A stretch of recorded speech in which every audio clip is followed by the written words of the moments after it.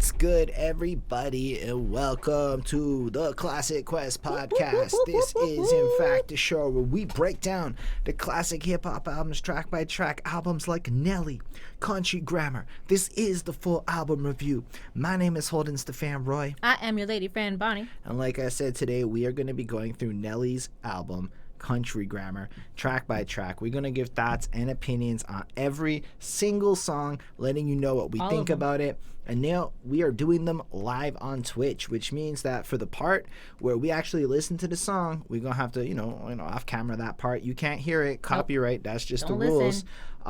And then if you're on Twitch, you're going to watch us for headphones as we orient for a second. And if you are watching this on YouTube or Facebook after and want to be part of the conversation, join us live at twitch.tv/behind that suit. Yep. On that note, and we're going to follow along with the plugs. If you do support the channel and what we do here, you can hit us up at patreon.com/behind that suit. And on top of that, I make music myself. I would love to know what you think about it. I got a little contest running, so for all you watching with links and descriptions and all that good stuff. On that note, instead of wasting time with the drivel, we like to start don't do it. Every single album review telling you why we are going to review the album and doubling up that our familiarity with the artist going into it so that you, longtime fans, people who are going to click on a long, big old Nelly review like this, what you guys know where we're coming from and our expectations almost going into it. So your lady friend Bonnie, why don't you tell us your thoughts about Nelly as we approach this album? Well, Nelly was definitely a part of my youth, of my teenage years. He's definitely someone that had a few hits, a few bangers that influenced the world, I suppose, North America, I guess, I don't know, or my generation, I don't know what, but he definitely had some hits, and besides that, I didn't own his CD or anything like that, but I did. I did enjoy listening to his music. I'm pretty sure when I got an MP3 player that I had one of his songs, probably probably on here, probably Hot in Her. That was probably the one, but that's not on this album. So discovering new-ish stuff, yeah. All right, I had a completely different experience, and for me, this album review is going to be a little bit special because sometimes in life you go back to your youth. See? So, once upon a time, I'm a 12-year-old boy. It's the year 2000. Maybe I've just turned 13. It depends on when the album came out. And June 27, 2000. I was definitely 12. And my mother comes across this song that she falls in love with. And you would just see her in the car. Hey, must be the money. And she would just do the hand motion that she saw in the music video every time. And we would be in the car, and she loved it so much. So little me, and it was funny because we were just talking with Flacco Bay in the interview. You should check that out. That dude is smart as hell. But he was pointing out to me that people tend to discover their taste in music as they start puberty and go through that process. Which That's when you makes sense, cement into it. So I guess you could say 12-year-old me becoming a real horn dog, if you catch my drift. Well, you're going through puberty, so and I discover this album, and somehow in the world of I'm not allowed to listen to music with swearing, this album gets through. Now, I don't know if it was the edited copy of the album, because at the time they did have edited copies of albums, but even if it was, still, I got this album at 12 years old, and it was one of the first hip-hop, not even hip-hop albums, one of the first musical albums I listened to as a young kid. It's definitely in the first 10 CDs I ever owned, maybe 15, whatever, you get the point. Okay. So I'm like a youth, and I'll be real with you. I understand a lot of things in this album when I was young, but there is a conversation to be had about the impact of, let's say, cool rappers like Nelly. And at the time, he was a cool rapper to 12-year-old me. This is pre-Band-Aid on the face, right? Yeah, this is pre-everything. This is back when, anyway, the story of Nelly at this point is so fascinating, too. The quick version is Nelly was part of the St. Lunatics group, and they were trying to get signed in Missouri. I believe it's Missouri. And basically, that wasn't really happening. They were kind of like local popping, but not like breaking out. And then the label was like, we just want Nelly. And like, if I'm not mistaken, Nelly was like the youngest dude in the group. He was like the newest guy to the group and had like the least experience of anything. They talked it over, let Nelly get signed. And That's like what you see in like movies and stuff, like, you know, like when then like the cool new person comes in and like into like the group or whatever, and then like ruins everything and like takes over and becomes like the star of the show. But I'm pretty sure he was like riding off the strength of Country Grammar when all this went down. And Country Grammar, I don't know if Country Grammar was like a hit or a demo. I didn't look that deep into it, but I know that song was definitely a big part of it. Yeah. Anyway, so they signed him. That's why the St. Lunatics are so prevalent on this album, because it was like, I'm gonna have tracks with the boys. But I just thought that was super fascinating. But anyway, so for me, I'm listening to this, and then like this album definitely put the fantasy of marijuana into my life. I'm not gonna lie. We'll get to the track when we're there, but I was thinking about it, and there are like some things on this album that a little me listened to, and it was my first exposure to a lot of it. And I'm just like, I thought a lot about like my marijuana habits of today and how cool the rap I listened to growing up made weed sound. And I'm not trying to like hate on it, because I'm all about that expressiveness, and let's be real. Like, if you're going to do it responsibly and this, that, and who am I to judge and all those other things? Should 12-year-old me have been listening to Country Grammar? I don't know. And would we have known it? Maybe like, if I didn't know like what he was really like the things that he was rapping about. Like I knew like what it was, but obviously I well, maybe not obviously, like at this point, listen, I hadn't tried anything. I want to like save my big epiphanies for the big songs. But honestly, on almost every track, I would go back to this album, with the exception of Ride With Me, which I knew by heart, and be like, that's what he actually said? And I think that's what's made this album kind of brilliant before we go into it, because simultaneously, it's got some really hard stuff that made me bring up that 12-year-old me did not understand kind of world that was being exposed to. But simultaneously, my mom loved hits on this album, and it really is such a weird... It lands in such a weird space where sonically it's so pop and safe, but the content is actually like way harder than I was expecting for like such radio friendly play. Like, I don't think any of us knew what the chorus of Country Grammar was actually saying, kind of thing. Like, we all sang it and had no idea what it was actually saying. Hell, I bet we even made up our own words to like fill in what we thought he was saying, rather than ever actually go look it up, because the melodies and stuff are so fresh. So I guess I'm going into this album with a heavy sense of nostalgia, and then the whole experience of reviewing it was like, that's what he said? That's what it is? Like, I had no idea. So this was a crazy experience for me, just kind of that juxtaposition. But we can talk a bit about the cover and the title a little bit. And what do you think about the title and the cover of this project? Like, the cover, it's just... it's all right. I mean, it's him standing, on, like in the front, and it's like an upward shot of him, and like she used the word "ew" off camera. Yeah, it's nasty. Like, I had to look up what his nasty belly button tattoo said, because honestly, the font is so terrible that like staring at it, and I was really like, I stared at it for like a minute or two, and I tried to figure out what the heck it said, and I'm like, is that a vowel? Like, I don't know what these letters are. Like, I was really trying. I could not. So, great tattoo, Nelly. Anyways, it says lunatic, which I did not know. So I looked that up, and that is besides it, it is, he's a part of the Lunatics, the Saint Lunatics.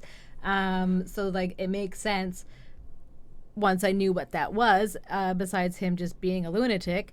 But like, it's just like, it's so of the era. It's so like the nastiness of the era, like how all the girls, around that time, if you were skinny enough, in 2000 to get a belly button ring, which, by now they've all been infected and have been ripped out and stretched out with pregnancy, like 20 years later, like a lot of these girls have had them removed. And I've seen even videos where there's like a trend of getting it removed and like discard, like almost like just make it look like it's gone, just because they're such a like a regretted piercing. So anyways, fun fact there. Anyways, it's him. He's standing there in like a puffer vest in front of what I'm assuming is the St. Louis Arch, otherwise known as Gateway Arch in Missouri. Oh, that's a good call. That's real cool. That makes that cover dope. Yeah, and that's where he's from, and that's where a lot of his songs reference is St. Louis, Missouri, and it acts as like a, you know, a fine cover minus the nasty belly tattoo. And the title, it's fine. It's fine, and like, you know, it's obviously like defined by like how him and like people around him and like his, you know, maybe his crew and whoever, and I guess they talk with like this country grammar or, you know, whatever, that's what they call it. Fair. I like the title. It kind of makes me feel like, yo, this is how we do. It's almost like here is an explanation into our world. Come, welcome to our life. And I like that because it's an introductory album. And I think sometimes a lot, especially nowadays, people with their introductory albums do this big effort to like act on this like assumption that you caught all their singles, so you know who they are. So it's like, you know who it is, that kind of thing. But it's even implied in the grandiosity of their titles. Whereas something like this is very humble. It feels more like, yo, just welcome, I'm Nelly. And then in the next album we get Nellyville. Yeah. After he's done his introduction. A little bit more braggadocious. But to me, I looked at this cover and I was like, that looks like a wannabe Tupac. Like, it just looks like a Tupac knockoff. Yeah. Like, I just picture like him, like, especially with the tattoo and everything. And I don't know if that's his intention, and I'm not like trying to be mean, but I just can't not see it, especially at the angle with the pose. Like, did you know, without knowing that it says lunatic, did you know that's what it says? Like Frankie. See, nobody knows what it says. I mean, it's that unclear. But why am I staring at Nelly's belly button, like, right? Like, it's like, just, I'm more looking up his nose. Probably, like, I'm not for sure. I haven't, like, checked, you know, if he's gained any weight or anything. But, like, you know, that lunatic gets stretched out, you know, if he gains any weight. I feel like Nelly's fine. We just watched him doing his California Love dance. Yeah, his dance, which I thought was just adorable. I thought it was very cute, and he looks like he's having like the time of his life. So listen, Nelly cannot dance. I love when men dance, so I'm all for it. But basically, I'm watching this and I'm like, I don't know, that dance was something else. But I'm looking at this cover. It was a bit much. And it's like well designed. It's fine. Like, it does its job really well. It's just I can't like not see, and I don't like the up the nose shot. Anyway, that's enough about the cover. But we do have to talk about the cover because it's part of copyright law. Yay! Anyway, I don't have much more to say about that. Let's jump up into the intro. Let's do it. So I thought this little introduction was kind of okay, I'll be honest. I think there was one part of it that I thought was amazing, is how of the times it was. And it's really like, this is pre-internet era. And it is kind of like a time capsule to listen to Cedric the Entertainer. First of all, to hear Cedric the Entertainer's voice is fun. It brought me back. It's been a minute is what I'm trying to say. And I can't even place where I've heard him or where I know him from, but like I know the name Cedric the Entertainer. And I don't know where I know him. Maybe I've seen him on Just for Laughs or something. He was in a run of a lot of stuff. He might be very active. I don't know what he's done recently. But I'm also not in the movie comedy sphere at all. Like, I don't follow it at all. But he's a comedian and he's funny. I really have enjoyed everything I've seen. He's got one of those voices that I really like. And I like the fact that like a local name of St. Louis came over. Is it St. Louis or Louis? I don't know. He says St. Louis, so that's how I heard it. Anyway, and then he kind of co-signs him on this project. And thinking back to like where he's coming from in the Midwest, and at the time, having Cedric the Entertainer do this was really like kind of apt. And back to that humility thing I was just going on about, you kind of have a guy who nobody's really heard of coming through on an album where maybe he doesn't have the strength of his name or even the region to like carry him or anything. He's coming through to like kind of bring something, but people have heard of Cedric the Entertainer at this point. Yeah. And in the same way that Chris Rock was used on the current like and latest Busta Rhymes album, I think it's cool to have a cosign like outside of your genre come through and validate it. Like, to me, cool. That's a lot more fun than the rapper version of this kind of cosign. Otherwise, I really enjoyed just the bit like, oh, you can't really reach me, so if you page my cousin and over there, and then he'll be able to go over there, and then I'll call you back. And from like, his cell phone, and he'll page me, and I'll page you, and it's a lot of paging going on. And it's just kind of, it's humorous, right? Yeah. Because it's from the time, but it's also like the level of effort taken to be discreet. Whereas now you could just make a burner line on an app and boom, boom, boom, you're good. You're discreet. Nobody knows. It's all good. Like there's so many easy ways to do these things today. Like this never would have happened. You can also just have like a private number. Or like a private Skype. Yeah. That, like you can just do it from anywhere. Like it's so interesting, this whole thing. This whole thing couldn't have happened in 2020 the way this skit happened today. It would not be believable. Is I guess what I'm trying to say. So it's such a cool time capsule. Otherwise, it was like, this is fine. Yeah. I would skip this every time. It's a 4. I mean, it's a minute 21. So it's not like a huge, deal. And it's just like, for like entertainment purposes, it's fine. Like, we do have Cedric who's trying to get a hold of Nelly. And, it's him leaving a message. And, Cedric is in California and like, kind of just like laughing about him and like his use of like country grammar and like showing people the way and like kind of like representing, and like you said, lots of paging. Page this guy who will page me and he'll call him back on his cell phone because this guy doesn't have a cell phone, and like because cell phones weren't like, not everybody had them back then, and he's just kind of like representing, doing it St. Louis style. And like really, it's fine. It's jovial. It's easy to listen to. It kind of like, it gives you like this personal feeling towards like Nelly and towards Cedric. So it's kind of like nice in that sense. So I mean, good job, Cedric. So I give this one a 4.25. It's fine. Honestly, yeah. I mean, also, I like its placement more after we get into the next track a little bit. I think it's really fitting. So why don't we move into one hell of a sonic start to the album with St. Louis. Right, so honestly, for the last 20 or so years, I've had this chorus stuck in my head. I'm not going to lie. But I had no idea what it said. The melody. And so something we got to talk on real quick is song listenability, accessibility, and bars. So it's a big fascination of mine in terms of songwriting is, like, there's the technical side of things, and let's go to metal as a parallel. So you have death metal and speed metal, which represents like the fastest, hardest, most technical shit, but it comes at the cost of listenability, and that's why, like, say a Metallica blew up, because they focused a lot on pop listenability and they got a wide reach, rather than had they stuck with like, and look, you can see it in Black Album, whereas their 80s album stuff is a lot heavier and whatever, and you'd never throw that on, but you'll probably listen to an Enter Sandman. Which is better or worse is completely irrelevant to this conversation. That's probably the only song that I do know of theirs. So. The point is, listenability has certain rules, and it makes music more accessible, and it makes basically people want to play your song again and again and again. And part of that is hooks. A hook is not a chorus. So a chorus and a hook are two things I thought were the same thing for the longest time. But a chorus is any part of your track that repeats with the intent of being kind of a break between your verses, and a hook is anything that sticks. It could be a beat, it could be a line, it could be anything that sticks. So I think that where Nelly truly shines, and you see it right off the jump in this track, is in melodic hooks.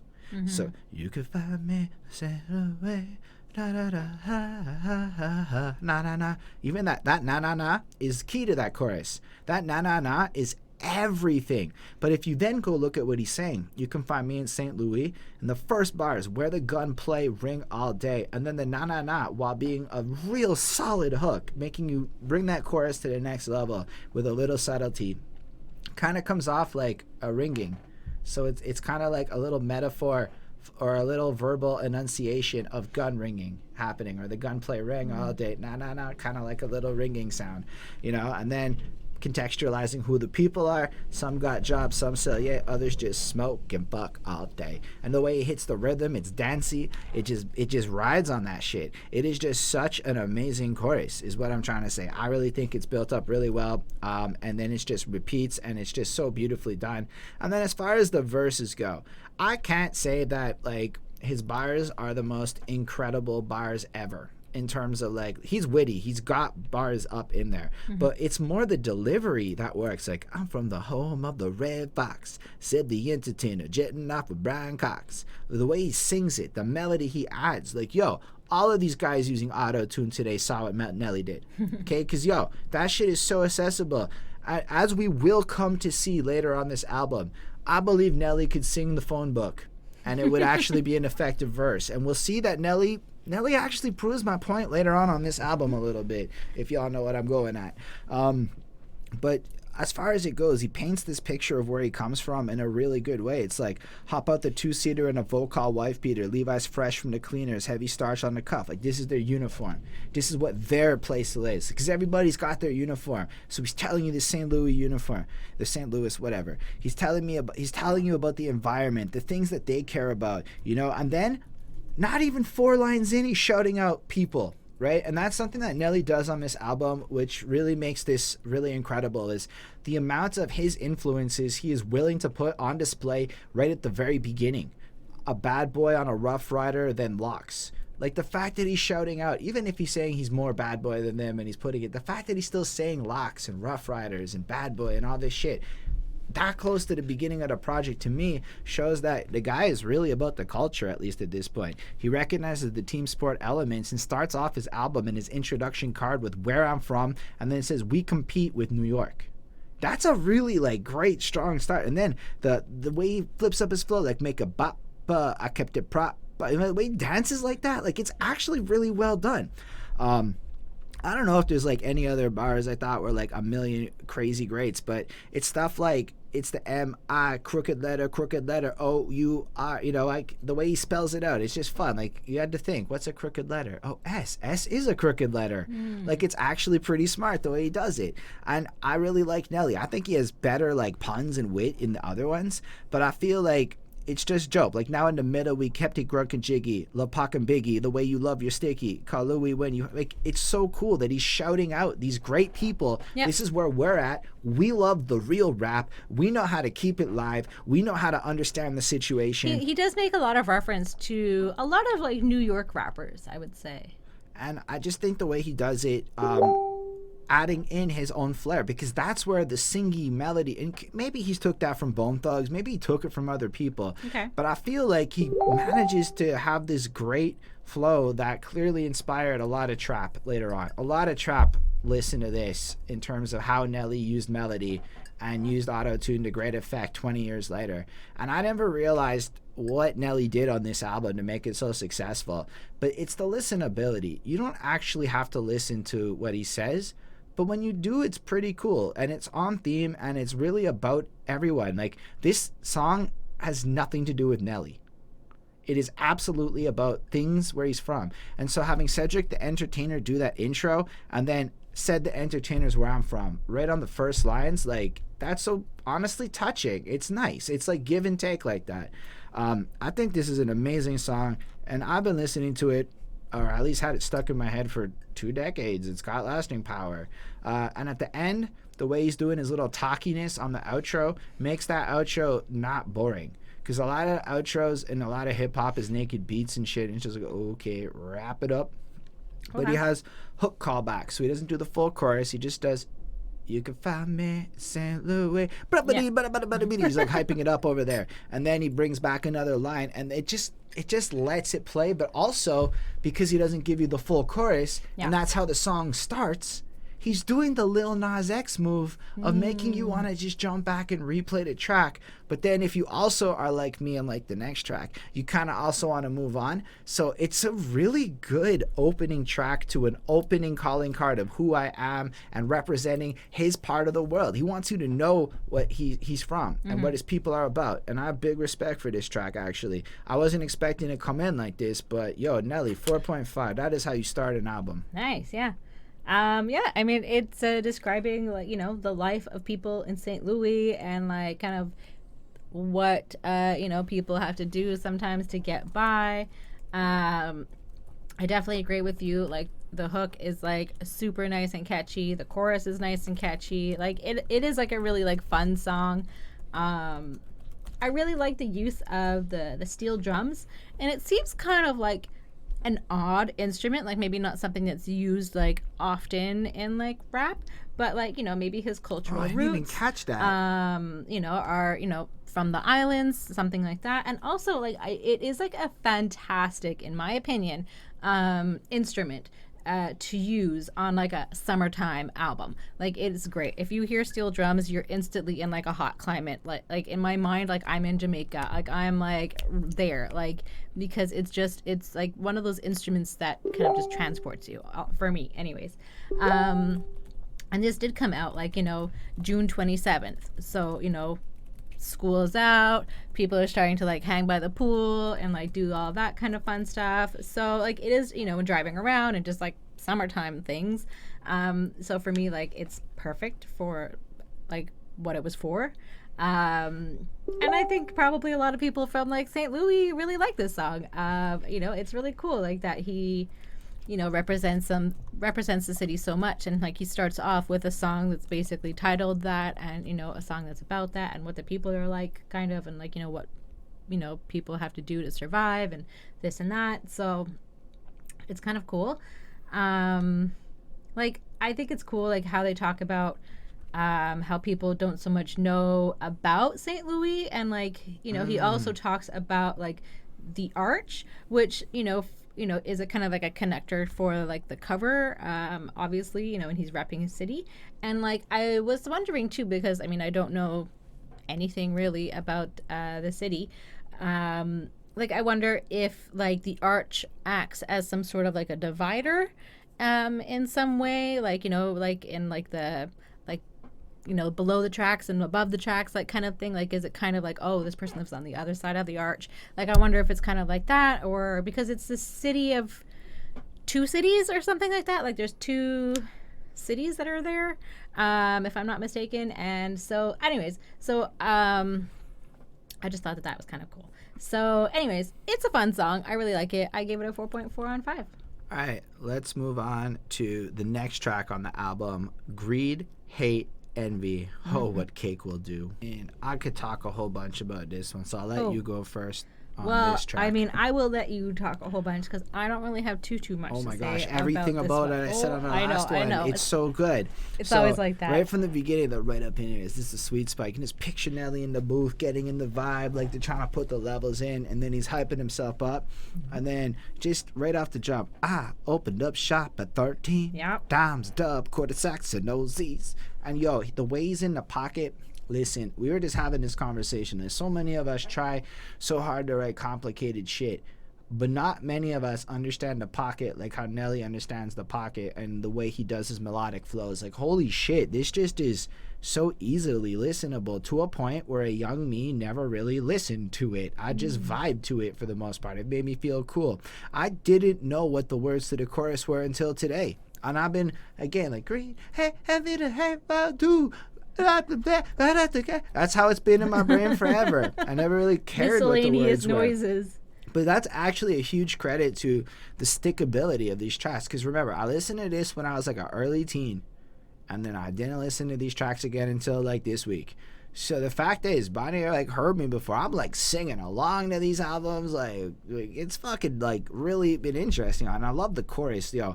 That is just such a beautiful chorus, the way he sings it. And then if you really go back to listening to him, Greed, Hate, Envy, What Cake Will Do. And I didn't know what cake was when I was a kid, so it didn't mean anything to me. It still just makes But then Jay-Z made that song about cake. And then along the way, I realized cake meant money. So Greed, Hate, Envy, What Money Will Do. And I'm like, I just didn't know when I was a kid, what? Right? I still didn't know that. Well, you can Urban Dictionary that shit. I Urban Dictionary a lot of things. I did not Urban Dictionary cake. So, fuck the game, don't let the game fuck you. Now, follow the rules, stay cool, and rock jewels. Greed, hate, envy, what cake will do. And right off the jump, it's like, I mean, you just got to imagine he's very young. He's instantly gotten success in a way where there are probably jealous haters around him and such. And that's pretty strong. Like, it's again, so first he's from St. Louis, and he contextualizes that it's a hard place. And now he's going up to describe his story and his experiences going through this environment. So, like I said, the beginning of the verse, he's opening up and he's selling drugs. Then he said something that it caught me off guard, from handheld, digital to triple beam. And I'm like, is that guns? I always thought that was like guns. I don't know if that was. And then I looked up what triple beam meant, and I found out that those are scales. Triple beams are scales. And they're like precision scales for drug dealing. And I'm like, oh, Like that's like you guys like this is like we're year 4 tomorrow. Like tomorrow's the 4-year anniversary. So when you're watching this on YouTube, it means yesterday or whenever the date was yesterday is. And I didn't look at Triple Beam until today, and I'm like, okay, now my page is an email flip screen. Can I just say something? I am looking up cake right now on Urban Dictionary, and all I am seeing It could be drugs. I thought it was drugs, honestly, and I'm not seeing that anywhere here so far. I'm on page 2. I am only seeing a description of ladies with large booties, or curvy ladies. So all I'm explain saying, me that one. I went up and I Googled, is cake a term for money? And then I got an answer that I'm trying to find. But I wouldn't know to Google that because I wouldn't know that it means money. Cake. If we work hard, we'll be making cake later. So it comes from the idea of celebration with cake. And if you think back to a Mary... Now, if we go mad poetic with it, to a Marie Antoinette people, let them eat cake as a representation of the rich. Cake is fucking money, okay? That's what it is. I found one that it stands for a kilo of cocaine. Yo, Chris is in there. What's up, Chris? But yeah, cake is money. That's what it is. All so right. What cake will do, anyway, that's a strong chorus where it's also saying like, look, money complicates the situation and money creates like problems, right? So be aware of the rules and follow them and avoid that, because what's going to happen is there's going to be greed, hate, envy, and these are like, dirty sins. They're I believe really linked to the 7 sins there. So I thought that was really cool too. Overall, though, he's kind of flossing a little bit in the first verse about how he's a bit of a drug dealer, but he's kind of putting it in the sense of his past. Like, this is where I come from. And then in the next verse, again, there's just these shout-outs. Like, shout out to my Nor, I'll never take a man's glory. Shit don't mix like Shaq and Kobe. So shouting out other men who are successful. I think it means Noriega. I could be wrong. He's also not going to go after someone else's shine. So he's giving you rules and ethics. He's going after himself and what he does. Shaq and Kobe, gosh, R.I.P. Kobe. But like kind of they have a rivalry. Like they didn't go together at the time, if I'm not mistaken. So now you know me. I be low key on these icy rollies. Dudes done showed me, and hoes ignored me. Now they blow me. So back then they didn't want me. Now I'm hot. They all on me. Shit. And it's proper because he's showing his transition and whatnot. But part of it is literally just how he lived by the rules and how he did it, and then how he looks around and people just kind of doubted him and stuff. I don't know. Then you got that third verse where like it's remarkably similar to the 99 Problems verse that Jay-Z does a couple years later. So he's in his Range Rover, they pulled him over, and what are you fucking with me for, right? Like literally Jay-Z kind of goes, what, like asks it very similar. Speed limit 30, just doing 34. It's not quite the same as doing 55 and a 54, but it's very close. Yeah, son, where's the gum? It's at home with the dope. Oh, you being a smart ass. Nah, that's my little joke. So I mean, yes, Jay-Z's verse is, in my opinion, more eloquent and more maturely delivered. It's still extremely impressive that tucked into the third track, the second song on this album, is this verse about police harassment, suppositions about them, and then you could tell he was pissed because the black man in the black range doing black things with his black change, doing the right thing, driving his ass insane, and if I wasn't in his face, he'd probably be calling me names. So like you listen to something like that and it's like, whoa, Nelly with his social conscious bars right there. And that's a really amazing verse. It is one of like the most incredible verses on the project. And it really caught, like you're just not expecting it, right? Like, at least I wasn't. But then I really like how he pointed out the stereotypes and all of it. And just the fact is that like the only reason that this cop is even giving this guy a modicum of respect is because he's in your face and maybe could be a threat in some kind of way is how I took that. But it could also just be, well, because I'm in front of you, but the second I turn away, y'all going to start using certain words that we can't say.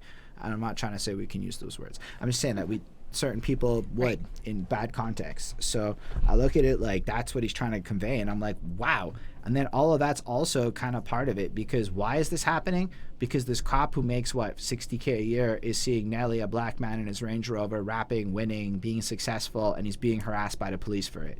That's really interesting how he takes it from street shit to the cops harassing him for getting success as well in the same song. I think it's really like blow my mind. I'm gonna give this another 4.5. Plus I think the beat's just banging. It just got a good sound to it.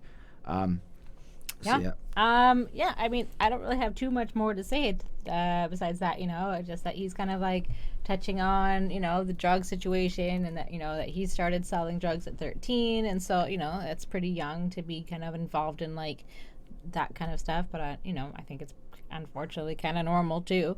And kind of just talking about that we all have our temptations, and that we have to like kind of pick our sins and like what we're going to like commit to. And he says like greed, hate, and envy. And I don't think hate is one of the 7 deadly sins, right? I don't know if hate is. I don't think But, it inherently is. Yeah, I know what you mean. But like also like he's talking about cake, and like that I was thinking of kind of like gluttony, like he wants to have like that. So like that kind of made me think of that as well.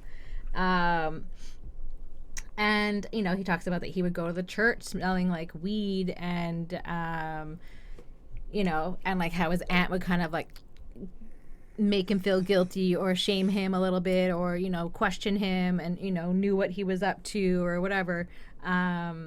And that's kind of interesting too, like that he would go to church on Sundays, and like Missouri is part of like the Bible Belt in America, and so I imagine that as like a whole it's relatively religious and Christian, I would say. So yeah, I mean, for me it was all right. I found it a little bit like repetitive, like less enjoyable, and like, not like annoying, but like just like it was a little bit much for me. So I gave it a 4.1 on 5. All right, let's do it. Let's talk about that song that everybody knows. Yeah. One of them. Let's talk about Country Grammar. Hot shit. This is it. This is one of those tracks where, like, on the real, I had no idea what he was saying. I don't think anybody I knew what he was saying. I don't really know that anybody knew that chorus is about a drive-by. It is about a drive-by. Because you don't think about it. You're just singing that. You're not even really in processing. 2000, or like even in 2005, like I still wouldn't have really known what that even is. Like, maybe they censored the word cocked, and I didn't catch that because of the radio. Like, I can't recall. But, like, you just didn't really put any of it together because it's really cleverly written. Like, this is written in a way to make sure it got on radio, I think. I mean, like, regular people radio, because I'm going down, down, baby, which is right off the jump, coming from a nursery rhyme, the down, down, baby, whatever. So in that way that, like, Method Man would tap into nursery rhymes, it taps into accessibility, stickiness, and listen, everybody likes this shit. One time in the summer, I was singing this, biking, and this, like, old white couple stopped and cheered me on, like, I like that song, keep going. And I'm like, yo, everybody did this one. This one was, like, everywhere. It did shoot to number 1 on the U.S. rap hot songs. I mean, I just know it was all over my world, at least. Yep. Bonnie recognized this one, too, and I played it. But we're going Even down. I recognize. Down. I'm going down, down, baby. Your street in a Range Rover. Come on. Street sweeper, baby. And then, you don't really... I didn't know what that meant. I just pictured a guy with a broom a lot in my life. I cocked, ready to let it go. Wait a second, right? Shimmy, shimmy, cocoa, what? So... that's kind of like a dancing-y kind of sound, right? Mm-hmm. Genius says it's the sound of a gun moving. So the gun is now dancing, and the drum might listen to it pound. Shimmy, shimmy, cocoa, what? That is kind of, So, and that got through like that, right? There's no need to censor any of this. Yeah. This is so genius. Light it up and take a puff. Pass it to me now. Okay, that when I figured out what those lyrics were, I was like, I felt so like cool and naughty, like that I knew what it was. Think about light it up from the sense of the other side of it. Like, I just thought it was like a joint, right? Yeah, and now I just look at it like you're lighting up the block with your gun, and then maybe you're taking a little puff after just to like ease after you're done. But still, like, that is one of the best choruses. It's right up there with If You Seek a Me in terms of being incredible things that got past the censors while still being powerful. Because, I really, really love that chorus. But I didn't know what it meant until, like, a couple of years ago. And I'm like, holy crap. I don't think many people knew they were doing a drive-by celebration as they were singing this thing, is all I'm trying to say. And then, same kind of commentary with regards to the melodic shit. I mean, you can find me in St. Louis, rolling under, smoking under, flowing on cocoa puffs, sipping bug. But just the way he does his things, the way he like laces his flow, and this is so beautifully done. It's just really good. I mean, overall, it's really more on the positive thing. I like how he shouts at the candy painted and chrome. I didn't know what any of that meant when I was a kid, so those were just words to me. Yep. I like how he just ends the verse a little bit with a shout out to slamming like Onyx, right? Because that's again doing it. My grammar beat Ebonics, which makes me think of Big Al. Like he's shouting out all these different things, right? Lunatics to the day I die. Again, shouting out his crew. So it's like, yo, this is again just a little bit of a shout out to Nelly, kind of culminating. So we got the last couple of tracks to contextualize the environment and where he's from, and then we're bringing it in. Yo, but we are riding through, and we are coming in with the crew. And you know, if you mess with us, that's what happens. I don't have a lot more to say about the actual bars. I just feel like it's flowy, it's airy, on an actual lyrical breakdown. It's just really fun, but not necessarily deep or dense. It's more the melodicness of it is really great. I like when he goes, keys to my Beamer man, holler at me beaning man. Like that's the deepness of it. It's just fun. Yeah. But there's one line in this track that got kind of dated a little bit, and I wonder how Nelly feels about it now, because I don't really know his politics. But when he's going on from broke to having brokers, my price range is Rover. It's good though. Now I'm knocking like Jehovah, like he's now out there. Let me in now, let me in now. Bill Gates, Donald Trump, let me in now. And I'm like, yeah. Well, I mean, regardless of politics, you have to, I mean, these are still rich people. Yeah, and at the time he was huge, and he was on The Apprentice. Mogul. Yeah. And then I also like when he's like, "I win now, fucking lesbian twin," and the way he puts that line in, it just flows. But I wonder if my fascination with, two ladies that are twins that maybe enjoy each other. Had sex with lesbian twins. I was like.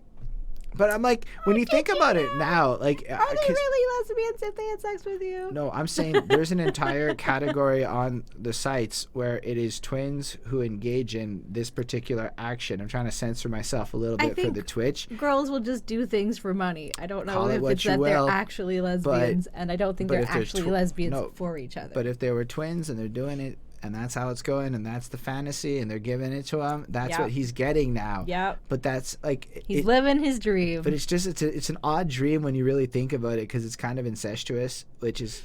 And like I imagine that they're not like these beautiful, lovely girls. I imagine they're kind of butch. He describes the kind of girls you can pull in a couple of songs. He gives actual measurements. I know. I'm just joking, but as to what a real lesbian looks like. Okay, there are all kinds. We can't be making comments like that on Twitch. I absolutely know that. Anyhow, overall, I think the song is really strong. It's very listenable. It's so easy. The beat is infectious. Like, it just gets stuck in your head for days. This song is a classic for the ages. It's a banger. I mean, you can throw this on at weddings now, and it will be as good as if you threw it on in a party. Song. I mean, I don't know that this will make a great 90s, early 2000s night jam. Yeah. Late 90s. My kind of late 90s, early 2000s. Anyway, 5 on 5. Yeah, I mean, this is definitely like one that should go on like your like summertime playlist if you have something like that. Like it's also one thing I never knew was its like alternative title was Hot Shit. I don't think that was obviously. It's the ad-lib title. Well, you know what I mean, like, but it's like there because in the censored it was like hot. Like I just never knew that was what it was. Anyways, but yeah. I don't really know. Like the chorus is super catchy. Like it's kind of like juvenile and childish, but like it works and it makes it something that everybody's gonna like know and sing along to. And like I can't even think of what the original one is because this is the one that gets stuck in my head, and I can't like seem to like climb over it to find like the original source of this like whatever school song. Or I feel like this is like something that I would like skip to or like patty cake to or whatever, but like I honestly can't think of it because all I can think of is this song. So good job, Nelly. Yeah, and same thing, like I always thought it was about weed, but it's apparently also about shooting people. So that's it. I don't know. I mean, I obviously noted the lesbian twins like line, but I mean it's funny. And I don't know, it's obviously like a catchy song. It's a hit, mostly for the chorus, honestly, because like I never knew, it seems like most of us never really knew what was being said on the verses. But yeah, I mean, it's part of like who I am, I guess. So I gave this a 4.75 on 5. All right, let's move on to a song where I feel my excitement drops a lot. Steal the Show. What do you think about Steal the Show? So this one features the Lunatics, and this one is definitely a posse cut. It's really less good in my opinion, and it's like, I don't know, like just like the vibe, like some of the other guys like aren't that great of rapper. Not that they're not great, they're just not as great as Nelly, let's just say that. And like in my opinion, it's like also like such like a 1999 like 2000 sound, which is, you know, totally appropriate because it is. And like this is probably why like I think of this sound, because of songs and albums like this. So like Nelly is on like the fifth verse, and like he like elevates the song like as soon as he like opens his mouth basically. So like that's kind of like telling what it is, and maybe why he was chosen out of all of the guys to like be like the headliner. So I don't know, like he's, I mean, it's fine. You know, they're all kind of like repping St. Louis, and really, like, I don't really know. I'm not gonna go through it all, but like I wouldn't really go back to this one. It's not horrible, but it's definitely not my favorite on this album at all. I give this a 3.9 on 5. Honestly, I'm not a fan of the beat that much. It's like an okay beat, but like it's not like a stellar beat. The mixing also feels like they put less effort into this one. I don't know why. Maybe because it's the whole posse, but it feels like they just knew this wasn't going to be. And when I say them, I mean I see Kenny Dykstra is an assistant engineer, and I feel like I know that name like from Genius. Like I've seen that name in the major labels before. So I wonder if they just put less effort on some of these like fillery kind of track, and this one just feels like filler. Like the last three we listened to felt like smash out of the park, extremely polished, extremely well made, thought out everything's, and then you get City Spud starting this off. And no disrespect, because I actually think City Spud sounds great on Ride With Me, right? Like not that anything, but on this track, like for the mention my name, I let him know the deal. I'm the same, thought it was a lame, now I push a range, you know the name. Honestly, no, I didn't know your name, dude. If Genius was not there, I would have absolutely no idea who this was. And that's just the fact of the situation. Peep the iceberg jeans and the ice chain.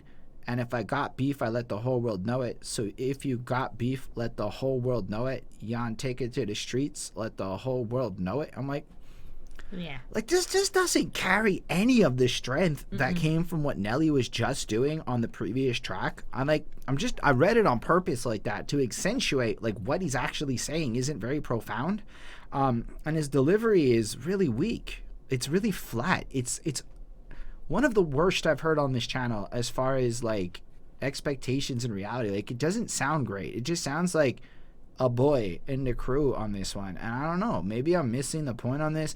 Maybe to a lot of people this is super hot, but I don't know. I felt he was pretty bad.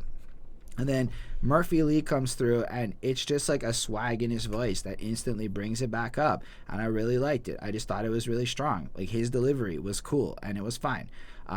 Overall, he doesn't say anything interesting to me, but it sounded good. So we're back on at least having him next to Nelly is in the same tier. Then that chorus just sounds really awkward. It sounds like they were picturing the live show and having everybody pass the mic off or whatever and bounce back and forth. But like they just doing their thing, and when you get that really long "where you from" or whatever, steal the show, and then a little you can barely hear "where you from," and then Nelly out of nowhere just sounds awkward. Like what the fuck is from the STLMO3? He just sounds too good, but also awkwardly placed in this. Like I don't know, like it just felt weird. Like we just had 3 memorable earworm choruses that are like Grammy Award winning quality writing in my opinion. And then this is one of the worst choruses I've probably heard all year. And it's right there. Ali has a cool, like, delivery. He's clearly bringing that speed. I find he's got, like, a cool accent, which gets him away from not being 1,000% clear, because he's not 1,000% clear, but it's cool. You can understand it. None of it's cool, but he does shout out yiggity ass y'all like that's as to the next to rep the Midwest. It sets and projects, and you know what?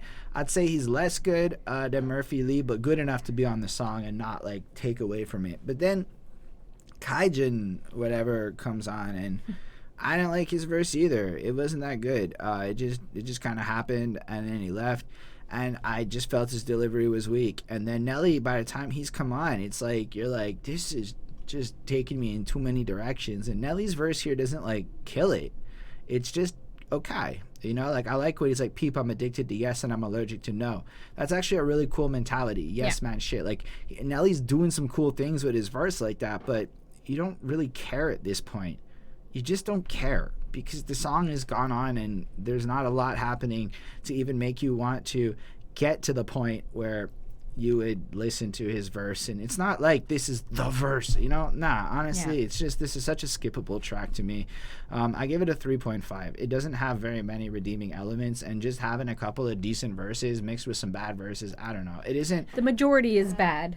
Like, this was like the opposite of Steal the Show. It was just kind of disappointing. And I was like, wait... what's the rest of the album gonna be like? And that's the problem with this track, is it broke my... I know what's coming in the next few songs because of the track list, but I know that there is only 3 more hits on this album, and they're coming in the first half, and that still leaves the whole second half. And that's what I felt when I got to Steal the Show. But we'll get through it all together, everyone, because there's a little interlude. Yep. So yeah, Cedric's at some party. Yep. He's having a good time.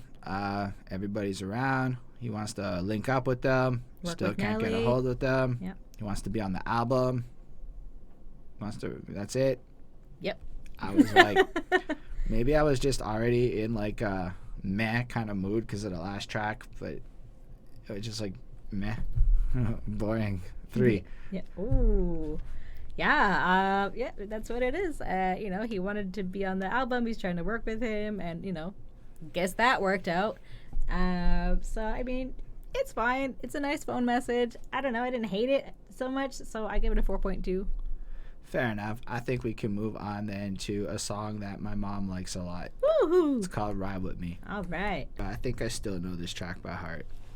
I know that I really enjoyed being 13 saying fuck fly bitches. That line at the end that City Spud brings in is good. Or if shorty wanna rock, keep rocking the crisp. I don't know. That whole part there, I liked it a lot when I was young, that third verse. But what do you think about this track? I imagine this time you have some stuff you can say about it. Yeah, I mean, this one was like another like big hit, definitely like, you know, of my like teenage years. Like, and I you know, same thing. I'm kind of able to sing along to most of this song actually, which is always appreciated on like rap songs, and like that's probably kind of part of the reason why it became like a radio success, was that it was like sing-alongable.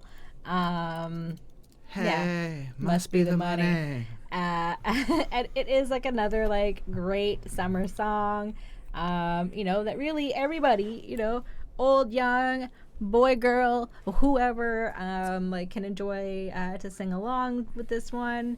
And like he's kind of talking about things that, you know, that he's doing now that he's like nouveau riche or new rich, and you know, he's having fun, he's balling, he's partying, he's popping bottles, he's smoking weed, he's doing all that kind of stuff that, you know, young people with money do, and why not? And you know, and he's also saying, you know, he's basically not like an ugly guy, so it's all about getting the ladies. So I mean, he doesn't say that he's like an ugly guy or anything, but you know, he does talk about getting the ladies, and that, you know, he attracts these, you know, girls that are down for a good time.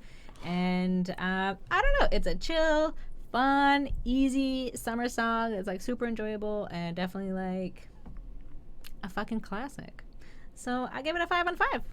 I mean, just from the beginning, the guitar strums, the hums that he does, like everything, just it's so hooky at the beginning, and it just gets you excited every time you hear it because you know it's coming. And then, you know, where they at, come on now. And then like even that little intro, it's just so easy to catch you, and it's a hook. And then you get that chorus where, do you think anybody in Montreal, okay, a lot of y'all did, do you think anybody like me knew what the fuck we three-wheeling in the faux with the gold D's means? That's that shit you looked up on whatever lyric site was back then, and you were like, okay, that's what he said, and you still had no idea what he meant. I still don't really know what it means. Okay, words. But apparently it's rims. It's just fucking rims on his Impala. I don't fucking know. I'm not a car person. Anyway, but you know what was clear? Why does he live this way? Must be the money. Oh, that's why he can have it. And then if you want to go and get high with me, smoke a L in the back of the Benzie. I know what a Benz is. It's a kind of Benz. And I know what an L is. It is a joint or a spliff that is longer than your finger, I think, or it's a long paper. See, it's just complicated shit, man. I'm just saying, it's very complicated. Nah, I'm kidding. I really enjoyed this chorus a lot. It's just so good. And the fact that my mom sings it is hilarious to me. But everything about this track is just well constructed. It's again in the same line of melodic rapping that we've got before, but just kind of fun. You know what people like listening to? Songs where you're in the club on a late night feeling like looking, trying to spot something real nice, you know? Because many of us have been looking for a shorty, you know, just the type that I could take home. That's just kind of real. And then he just describes her. What I think is most profound is that as long as you're a thicky, thicky, thick girl, because then he goes on to have a track called Thicky Thick Girl later on. So it's cool because it attaches the album and gives more of a, you know, links to other songs on the album. And if you want to know what that means, you can go listen to that track, and then now you know what Nelly's requirements are. There you go. I like it, like when she goes, so Nelly, can we go? How could I tell her? No, her measurements is 26, 25, 34. And then everybody knows the next part. I like the way you brush it. Like, it's just like that shit that is so soft. It is so soft but honest, and like, it just sounds like Nelly actually was in the club looking at this girl doing a quick little brush of her hair type thing, and he just had to take her home. But really the second verse, it changes, right? So now he's adjusting to fame and he doesn't really understand it, right? But for me, it was it feels strange now, making a living off my brain instead of cane now. I got the title from my mama, put the whip in my own name now. Damn, shit done, changed now, running credit checks with no shame now. Like, you really listen to what he's saying there. That's some shit that I don't think a lot of people ever caught in terms of what he's really saying. Right. Instead of being forced into a life of drug dealing, I was able to like put the deeds of the house and the cars and things into my own name as a man. And like, things have changed to the point where I can now go and buy things, equity, wealth items, and not have to worry about if I can pass a credit check. Right. Hell, I can go to a store and run my credit card and just know there's enough credit there to play it. Like, that's a really powerful line if you think about the actual subtleties of like why this is so impactful to him, to be able to go to a store and not feel shame of being broke because you don't have anything, and to know that your money's coming from drug dealing, so you can't even build credit and equity because you aren't in the system. Yeah. Like, wow, in the middle of this song. There you go. And then I don't think anybody really listened to City Spud stuff, you know, like, but I also like the bridge. I forgot about that. And he's like, I know something you don't know, and I got something. The way he's singing it there has this na na na na na na feel to it. But when you listen, you won't believe how many people straight doubted the flow. Most said that I was a failure, and I relate to that. Yo, I'm 33 and here, so I relate to that shit. Many people laughed at me when we started behind that suit. I'm not talking like, I'm talking straight up made fun of me for having 2-cent days of monetization. Oh, it's just 2 cents. You can buy me a coffee soon. I don't talk to those people anymore. And so now I'm yelling, I can't help ya. But Nelly, can we get tickets to the next show? Hell no. Are you for real? That's fair, right? Like, yeah. I feel like a lot of people just expect a lot of things, but aren't there. And I know a lot of artists and a lot of people on the grind can relate to what he said there, and I think even just a lot of people in life can. So while he's being a petulant child, he manages to create a relatable moment that we can all latch onto in the middle of this pop song that's effectively just glossing on the ride with Nelly, which also doubles as Ride My Dick. It's amazing. Yep. City Spud gives us more of a conventional rap verse, and on this track he sounds really good. Do Me Like You Should, Fuck Me Good, Suck Me Good was a 13-year-old Holden's. He really liked those bars. I feel like once you knew what it was, I feel like everybody said freshy, it. Like, I don't know, like City Talk, Nelly Listen, Nelly Talk, City Listen. That's really, really what happened, actually. When I fuck fly bitches, and it's like, okay, City Spud, I'm glad you're fucking fly bitches. When I walk, pay attention, see the ice and the glit, you know, like it's alright. It's just gotta, but it's not the words, it's the delivery. It's just the way it sounds, even. Yeah, and you don't really care what they're saying. And I think a lot of people, especially rappers who care about lyrics and bars, especially rappers, when we write our bars, we get so caught up in the words that we don't think about the fact that Ride With Me may not have the best bars ever, but it communicates multiple fucking good messages and celebrates well. And I'm like, that's a pretty timeless classic to me. This song's going to be played in 20 years, and most of our tunes aren't going to make it past 3 weeks. So I guess that's just what it is. It's a 5 on 5. Anyway, I like the next one a lot. Bonnie apparently never heard it, so EI indeed. Yep. You go first because I love this song. So this is another nice, easy kind of flow and another summer song for sure. So I looked up EI, what it's supposed to mean on Urban Dictionary, because that's what I do.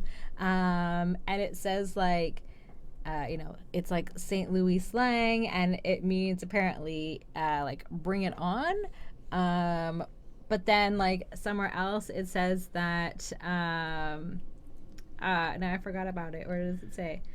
That he says, "Oh, eat it." No, I don't believe that person. That was on Genius. That guy sounded. Yeah, and I was like, I don't know about that. Unless he's talking about his dick bring or it, because whatever. underlay is like Spanish for hurry up. Mami, ei, so it just makes sense to be bring it. Plus it's all like onomatopoeia kind of. Is that the word for it? Like shit that sounds like shit. You know what I'm trying to say? So yeah. Anyways, I'm not really sure how any of that works, but okay. And in Canada, here, it stands for employment insurance. Hells yeah. So, that's always what I thought this track was until, honestly, today. On my EI check, yay. It's kind of what I figured it was. Yeah, and he wants to sleep with girls, like no strings attached, like that kind of situation. And I don't know. I mean, I like some of the lines. You compare me to your local grocery, and then you'll see I got more carrots than Aldi. I thought that was cute because, keep it going. More bread than aisle G. Yeah. Then bag and scan me. Even the lines before are pretty great with like the cartoon characters that he's talking about that eat carrots, and then he's like a carrot eater. But he's talking about diamonds as in the carrots.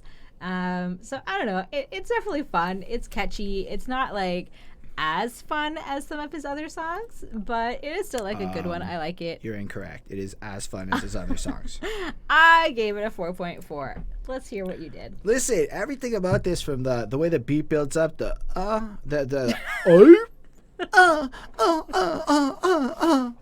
because right, he's singing. He's not grunting. He's singing the grunts. Right. Yeah. And that makes it epic, right? Can you hear me? Uh-oh. And who doesn't like a good uh-oh? Okay. Of course, yeah. That's a Colin Chant shit. It's really good. Fucking dope. And then his flow is just impeccable. This might be his best rap flow, but again, he's doing the same singy shit. Like, I'm a sucker for gold rolls and manicured toes. Who Fendi capri pants and parasucos. I probably shouldn't sing. I don't actually know how far I could push the copyright boundary on this.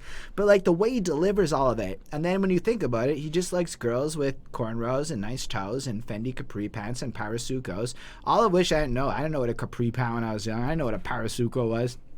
The rise of Diddy in City with 1 or 2 throws. I'm like, that's cool that he brings that up. I'm drafting him out of high school straight into the pros. He's just getting these girls. He's bringing them out. And he likes it when he makes the knees touch the elbows. It's just a party jam. It's just what it is. But then I also like how he brings up Baby Give Me Some Mo, and again calling out the classic rap shit. But then he has lines on this track that really just from an energy perspective, people talking shit about the ticks, whatever. He's like, somebody probably jealous because they bitch got hit. And it's funny because I was watching that Flacco Bayo guy use as a flex for New York versus other places. You probably mad that a New York girl took your girl, the same kind of thing. But ain't nobody else dropping shit like this. And if you think about what Nelly did in 2000, there wasn't a lot of people dropping shit quite like this. And like I said a little bit earlier, how many people jacked this melodic rap shit in 2020? I don't know. I'm not saying Nelly's the first. Right. But I can't think of many in the pop mainstream sphere that were doing quite what Nelly was doing at this time. And again, if y'all watching this and you have a million gajillion examples, Nelly is on Dancing with the Stars, Mummy. We already brought up how he did Go check it out. Tupac thing with the fake bulletproof vest. It was hilarious. I don't think it's that bad, but it's fun. Anyway, but so if you think about what he's saying there, it's cool. But then the way he ends this line is the pettiest shit ever. Should we apologize? Now fuck it, just leave him pissed. Hey, and then that is how you do it. Y'all trying to hate on my shine. Fuck it. We're not even gonna say I'm sorry. Your punishment is to stay mad at me. And then that chorus, That chorus is just dope. You don't even need to. You just drop the beat at the club and everybody's gonna sing it. What's poppin' tonight? I thought it said what's happening now, my whole life, and then I found out today it's what's poppin' tonight. Fair enough. That's what I mean about these tracks. Doesn't necessarily matter what the right lyrics are. It just sounds good. The other part, I was very aware of what he was saying. If the head right, Nelly there, air night. And I'm like, that makes a lot of sense to me. Yep. That to me makes a lot of sense. That's a great value proposition for hanging out with a particular person. The rest of the track basically goes into the same kind of thing of him kind of flossing his bars with his wealth and his ability to pull ladies and just kind of reveling in his success and being dope with it. I really like when he goes, I'm feeling sticky, let go off in a hose mouth. I don't know why, but I think it's just like one of the best fucking way that I've ever heard a rapper describe coming to the point of orgasm, because right after he's like, EI, like this little like... Yeah. Like, it's just the perfect ad-lib for that moment. Like, it's those little subtleties that are really good. And you already touched on the end of this verse, how it's fresh. And I'm like, let's be real. Like, this is a well-made, extremely layered, detailed pop song with some really hard shit going on in it. Like, the ladies kind of want to listen to this because you're going to be shaking. And the dudes get to feel, like, cool. I'm like, this is a good track. I'm not going to lie. This is a 5. That's it. Nice. There might be one more 5 tucked into this project, but we are about to head on the downhill slide of the effort seems to have changed a little bit after this track. So just forewarning that if y'all think the rest of it is me gushing on Nelly for the rest of the album, well, let's take a look at Thicky, Thick Girl. All right, Bonnie, how do you feel about Thicky, Thick Girl? I mean, basically, it's exactly what you think it is. You know, it's about sex and getting some hot, thick girls that him and his buddies like. And, you know, we've got some of the Lunatics or the Saint Lunatics on this one. And, like, their verses aren't so bad on this one, but it's not, like, the best. And it's a lot slower on this one, I find. I don't know. I didn't really have too much else to say. It didn't really, like, capture me, but I gave it a 4.2 on 5 apparently, so I guess it was still fine. Well, I mean, I can kind of get that if you don't pay attention to it and maybe you just kind of listen to it. The beat's all right. Like, listening to it now, I was listening to the chorus and the beat, and like, there might be a vibe for it, but personally, I didn't feel it, man. This beat came in and it was like, I don't know, the more I listened to it, the more I was like, it almost doesn't feel finished. It feels like it's missing one little thing to make this beat perfect. It's like, it's all right. Right. And then you get to the chorus and it's got all the elements of like what we're getting on the other choruses, except for the part that it's like nobody cares. Like, see, you could be a lady or a bitch girl. Like, it's a nice little hook. Still, you're a thicky, thicky, thick. I'm like, okay. Looking like a lollipop waiting for the lit girl. Yep. You're the thicky, thicky, thick. Remind me of my 6'4" waiting for the switch girl. And I'm just like, okay. Could be a crime I'm waiting to commit, girl. You're like, I don't know, like, underlay, mommy, E-I, uh-oh, if the head right is just a lot stronger than that, you know? Like, that's just, it is just soft. It's just like, there's no oomph to it. There's no energy to it. And he did pick the guys I picked off the last track that I thought were the strongest, so I was like, all right. And here's the thing. There's nothing actually, like, wrong with anybody's verses on this song. But it all comes off like I don't feel like the ad-lib game is there on point, adding those extra little oomphs. I don't feel like as much effort went into completing this track. Okay, the bars are fine. Like, so basically I'm a joke, right? Look me in the eyes, tell me if you don't lie when I use it. Shoes untied before you know it. Method, first we get naked, pants gone. It's like, okay, it's fine. Maybe it's partly that I don't really care about their sex lives, which is possible. But it's also stuff like, it's on, put my penis in accurate, just relax a bit. And I was like, that might be one of the weirdest lines I ever heard. Like, who puts it in inaccurate? Like, yeah, I did catch that, and I was like, where is he putting it? Like, what's he doing with that? Where's he going with this? I don't know. It's okay. Okay, it's cool. Obviously, he mentions condom use, which I have to give him credit for. He does say to put on a condom. Ali's like, fine. Again, I'm listening to it, and I'm like, I don't really care. It's just, I don't care. None of this is interesting. It's not like the sex stories are sexy. It's not like the flossing is elaborate enough to make me want to be him. It's just, I get girls. And it's like, okay, I get girls too. Well, I have a girl now, but if I were single, I get girls. If you're lucky. Anyway, then Nelly comes on, and he's better, but by now I'm not interested anymore, again, because he's kind of like deep in the track. I spit more shit off into the ears than dial tones on telephones just to get the ass back home. Come watch the bear rock like Flintstones. And then I'm pretty sure like Lil Wayne stole that shit, but I'm pretty like maybe not stole, but it sounds like some Lil Wayne bars there. But overall, like the rest of the verse is fine, but we're still in the point of, do I really care? I don't really care. He gets his girls. I like the fact that he also brings up rubbers, and that's important that he's representing that. But yeah.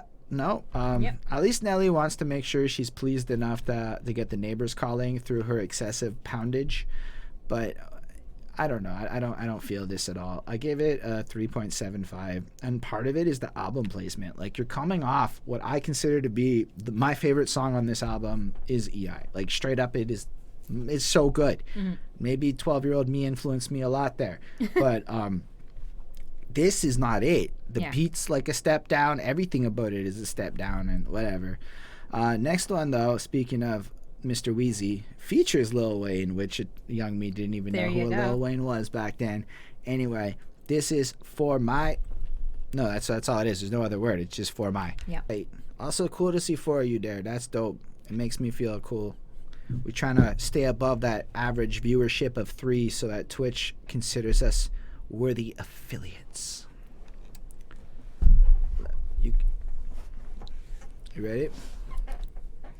Yeah. So how'd you feel about this track? It's all right. So yeah, we've got Lil Wayne, and like he does not really sound like the Lil Wayne that I know, and he's young, and he's still like I don't know. I just think that it's just interesting. Like, he doesn't stand out on this song. He's only 18. He's only 18, guys. No, but like, think about that. He's only 18 back then. So the Lil Wayne you're used to is like rapping for all these years with like all of this time. Yeah, he definitely sounds like young and like not like the great that we know that he is now. Oh shit, right? He would have been 17 actually when he made this verse, because his birthday comes out. I just checked. His birthday would have been after this album. He would have been 17 doing this. Well, there you go. I mean, that's pretty awesome that you're on like such like a top selling like album. So yeah, anyways, this one is wants ladies that provide like some sexual favors for them, no questions asked, like just like wham bam thank you ma'am kind of ladies. And I don't know, it's all right. It definitely sounds like the rest of this one, For My. Yeah, I just thought it was like a more in line of general all around each verse kind of flossy bars. This is where we're from, this is what we're after, this is why we're cool kind of shit. Yeah, I mean, I just thought that that's what it was.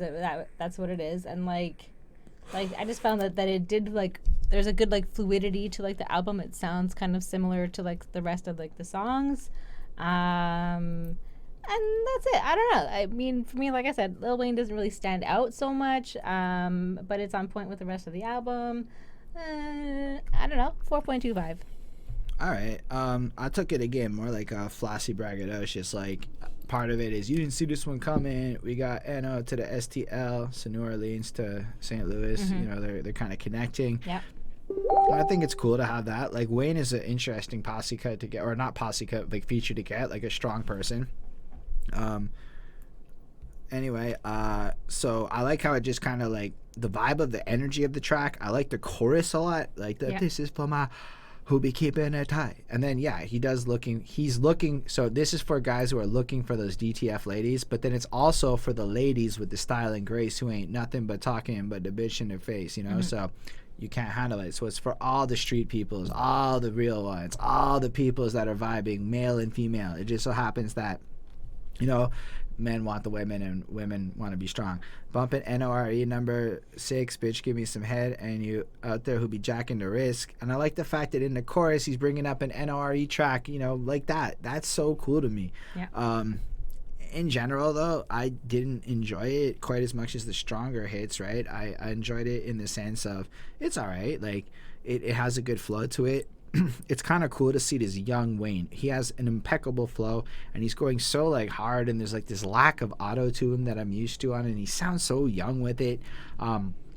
I don't know that there's a lot in it that I thought was dope, but it flows well and it rides really well. What I thought was so weird is how Nelly and Wayne do this back and forth thing in the first and the last verse, right? But in the middle verse, it's like Wayne didn't show up for that one, so he just didn't get it, and it went back in, and that threw off the symmetry of the track for me. And I don't know, it's a little thing, but I don't have more to say about it. It's just okay. This song felt like it's okay. It feels like it's not bad in any way. It checks all the box. It's fine. I really like the line where he's like, sometimes gotta shine, why not me? Somebody gotta shine, why not me? Even my dentist told me floss 7 days a week, so that's why it's gotta show off and shit. It's clever, but that's like the depth of what you're getting out of this, and I don't think it gets like even better in terms of writing than that anywhere else on the track. That's like a highlight of this song. So I'm giving it a 4 because it's an enjoyable tune, and like there's nothing wrong with it, but there's also nothing like extra great about it either.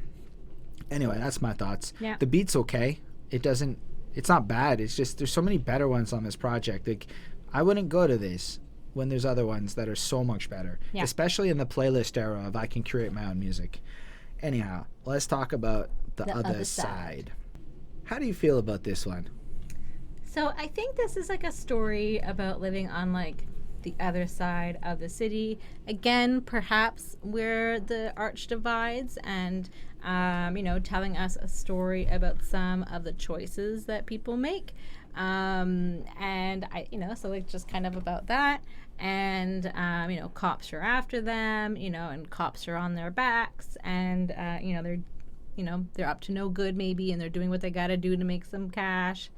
And there's like this, I don't know. I like when there's like sounds and different unique features in beats. So I thought, I'm not sure, maybe it's just me like interpreting it as that there was sort of like a slamming type sound that's featured in the beat, and I was wondering if that was supposed to be like a jail cell kind of slamming like shut or something like that, like that jail isn't that far away for them or whatever, and talking about that kids get taken away from families, and that there's people that are living with items on layaway because they can't necessarily afford to pay in full right away, and just for like basic things, or for like Christmas gifts, things like that, and then talking about this mom that gets paid for sex, and like the kids are in the other room, and that there's a different guy there every night, and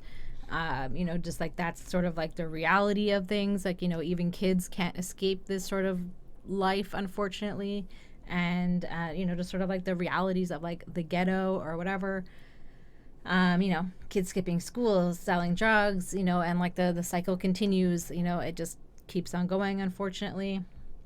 And I think that he's also trying to teach people with this song that there are other ways out, and that he is an example of that he was doing this, he was living this kind of, delinquent lifestyle, selling drugs and doing whatever it was that he did, and, got up to maybe some naughty things or whatever. But he's changed, and that's not the path that he's choosing to go down. He's choosing music and creativity and his art, and he's going to keep on going, and he's going to keep on striving to be successful in that instead of as a drug dealer. And I think that that's always a good message. So I give it a 4.25. It's decent, and I like the message. I feel like decent is a great word for this, because you covered the message well. Like each verse he goes through his thing. It's very clear, very concise, but it's also a bit of a snooze fest a little bit. Like you have to really make an effort to stay interested, I found, because the entire song is da da da da da da da da da da da da da. Like it doesn't change. There's no like flip up. It's basically just that, the chorus, the verse, like it's almost all the same flow, the whole track, the same melody. And if you love it, I'm sure it's like, wow, this is a vibe for days. But I was like, this is a vibe I have to put some effort into really getting into. Overall, it's cool. Like I said, the first verse is clearly targeted at young black dudes trying to get into the life. And the second verse, I mean, I think it's really interesting when he does the part where it's like the kids asking what they mommy do and why she lock us in the bedroom. I think mommy getting paid to screw because every night it's a different dude. Yeah. Like that part was pretty blunt, pretty whatever. And he's questioning the girl, like your kids, think about it, think about the impact of it. It doesn't sound judgy. It kind of sounds like he's that this is passive, the reality, but it almost sounds passive. Like, yo, listen, I don't even have the energy to really try to argue with y'all, so I'm gonna write this little track here, and like maybe y'all can get something from it, because he's probably tried. Like you can see he cares about other people, and he, you know, having lived a life and flipped on over, as you said, he's trying to put it out there. But even that last part, like you started smoking with chronic on the brain, now you are smoking on amphetamines. I ain't trying to sell you dreams, just trying to show you that there's other ways of getting cream. Like, I mean, it feels like his passion for this wasn't necessarily high, is I think really what I come off with this track. Like, I like the beat, kind of, and I like the flow and melody, kind of. I give it like a 4.1. I feel like it's not a bad song by any means, but like compared to some of the energies and the efforts and the finessing that went into some of the other songs, I don't know that I'm as engaged on this one. Yeah. But like the message is good. And that's probably why it's like got the little 0.1 boost or something, because I do like what he's doing with his platform. Yeah, it's just not the best. Because he sounds bored. He really sounds kind of bored with this track. Maybe that's my interpretation. That's okay. Next up, we have the track Tho Dem Wraps. How do you feel about this track? Not great. Like, I listened to this one on repeat over and over again. Like, it just played twice, and I was like, did I even listen to something? Like, I had no idea what even happened. Like, this is definitely, like, for me, like a filler song. Like, it's not bad, but I just didn't care about it at all. Like, it sounds okay, but like to actually like try and actually listen to what's going on, I'm like, I just like got bored with it both times. So I mean, this is all about like his goal of being a rapper, I guess, and like I don't know. I don't really care about this one. This one literally, like, I really don't have much to say about it. Like, for me, like, this one was just like, what? Like, and that's what I mean. Like, the beat isn't, like, terrible. It's, you know, and it has, like, a little bit of, like, an up and down to it. Like, there's, like, some differences in it. But, like, it's not, I don't know. None of it stood out for me at all. So I gave it a 3.8. Fair enough. I feel like this one is meant to be another hype swag song. Like, let's make that money, let's go get it. And I can see how if you're really, really into this like particular style of beat and everything, it's gonna slap real hard. For me, it felt like it was a smidge better than the last song. Like, it was right in the same realms of like, this doesn't have that complete over the top full song feel that Nelly was given on some of his more solo efforts. And again, this one seems to be, I don't know, it just feels like, not to say solo efforts, but like, it just feels like a generic track by comparison. I don't know. Yeah. Like, let's make $1 million, keep it real for triple O, Oslo, from plenty Henny and Hydro, fuck a bitch and some clothes, I gotta get rich, go platinum and do shows and get the dough. Fair enough. But like, that's what I'm left with when I'm done with it. It's not that it's bad. Like, if this was playing on the album, it's dope. I'd let it play. I wouldn't feel a need to like go change it or anything. But like, I don't have anything in here that is making me feel like I want to go seek it out either. Like, I don't feel like he's dropping in the melodies like he was in the same like kind of hooky way. I feel like it's all right. Like, I could make $1 million blindfolded with no shows, using no flows, just Arm and Hammer and 4 O's, give me low dose and a connect that is never closed, and watch me lock it down. And it's like, I guess so. Nelly has it in him to go ahead and move some drugs to like make some money and make $1 million and da-da-da. It's like, fair enough. I guess I like it better when you're doing the I want to fuck girls and I'm like, fuck it, let's leave him pissed, you know? Yeah. That's just my opinion on this one. It's okay. I like how he shouts out Jay-Z in the third verse, like he sets his aspirations. I like what he does in general. I just don't like this one as much. I don't want to waste more time on it because it's cool. It's just not for me. I think other people could feel this one. Anyway, B-sidey, mid-ground for me. 4.15, It's all right. I'd rather move on and talk about Rap Sumdem.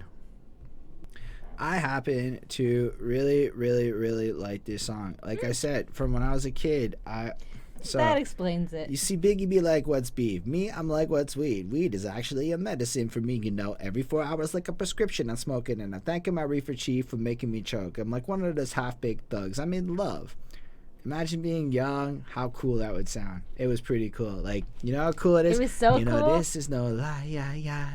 Me and my people getting high, yeah. I mean, that's a hook. He's right back at it with that. And if you think about it from like a fun, upbeat, like, yo, we love the weed. We coming through. Like, Ali does it on this one. Ali really shines here. Like, and then the idea, like, yo, we just religiously go through it. And then I like how he also ends the verse, you know?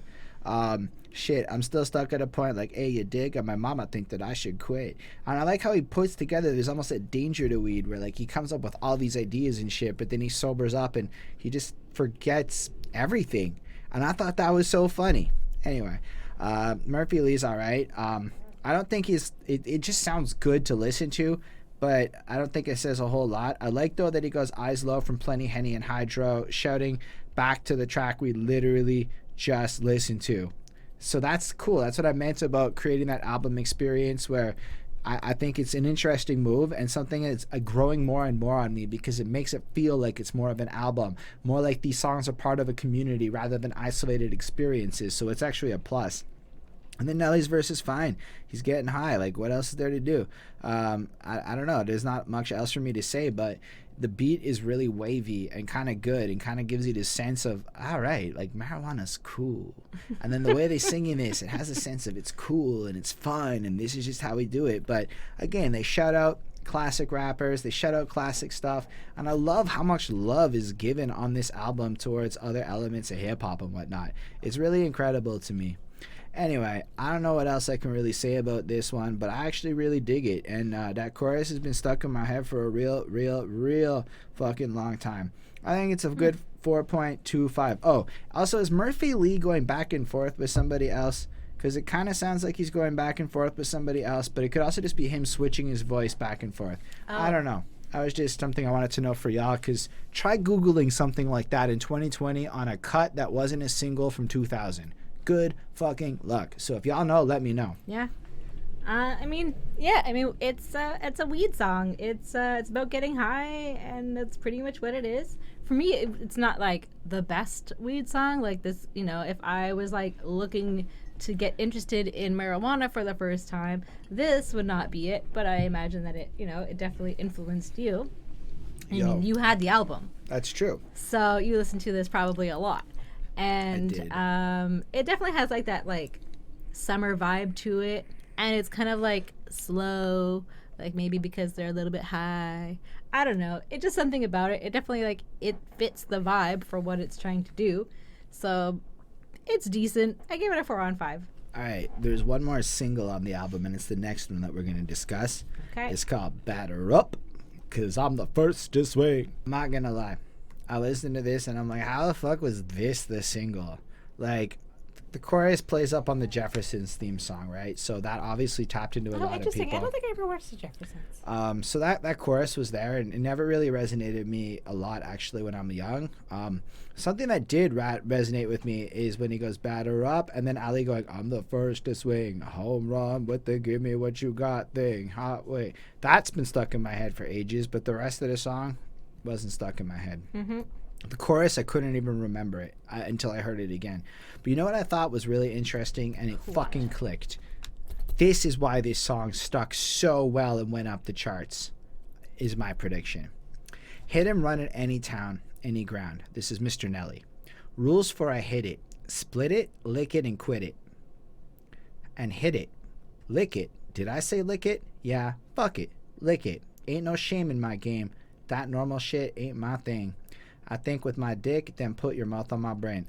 So what we learned here is Nelly is a fan of cunnilingus. And I wonder if it's him that influenced Lil Wayne. I feel like they were just homies into cunnilingus together. But what I love about it is in an era where it isn't yet cool to perform oral sex on a female partner, he's almost acknowledging it. Did I say lick it? Yeah, I did. Like, I'm telling you, I do that because that's smart. You know what happened? All the women got past that tattoo on his belly. And we're like, you know what? This famous rapper is going to lick it on top of everything else. Wow, I get something a little bit extra out of the situation. And to have a guy promote it, like, fuck all your opinions, it's cool. This is what I'm doing. And then only after talking about eating pussy, does he move it back to the oral sex being returned in the favor. Right. That's called free game, okay? That's called free game. And that's what he did there. So I really like what he did with that. Otherwise, I don't get it. There's nothing about this track that I really like. Murphy Lee's fine. They're all fine. Yeah. I mean, you can clearly see that Ali and Murphy Lee are the main lunatics, and the other guys are just there. But, like, man, that's it. It's just that's it. I can't figure it out. I'm pretty sure it's because Nelly was promoting Cunnilingus, and therefore a lot of women bumped that. And look, Lil Wayne proved that has some facts in it, okay? Rappers who go like, I'm never going to eat your pussy. Like, good chance that you're going to not have as many women bumping your stuff as the guy who brags about it. I feel like, the women are going to be like, well, then you're not going to get a blowjob. Well, nowadays. But back then, it's more like, wow, why would I gravitate to you when I can gravitate to him? Mm-hmm. You know, like... And it's not a bad-looking guy. I'm just going to say that, minus the nasty stomach tattoo. And then he got a Band-Aid. Anyway. So yeah, that's all I got to say about this one. I think it's okay. The beat's slow. It's a slower kind of whatever dram. It's a 4.25. Like, a lot of it is just my preferences not being interested while objectively being like, yeah, this has a vibe to it. But I think that's why it became a hit, because they knew that Nelly going on about that was going to be effective. Plus, I mean, baseball is America's favorite pastime, right? That's true too. Everybody loves baseball. So, I mean, yeah. I mean, it has some of the same Lunatics featured on this one, so I mean, they're all right too.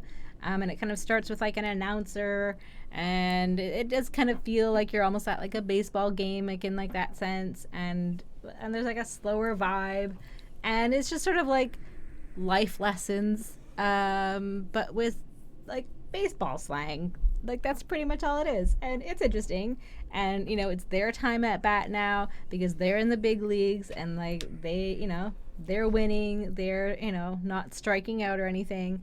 I mean, it's all right. They're just kind of talking about like how it's like their time to shine and that they've made it, which is, they have, I guess, or at least he did. So I give it a 4.1 on 5. Perfect. Let's move on to Let 'Em See You Sweat. So this feels like it's a Teamsters song, and that Teamsters featured Nelly, because Teamsters does the hook, Teamsters does the 2 verses, and then Nelly does this verse where he kind of sounds like he's being the Teamsters, and then Teamsters does the outro.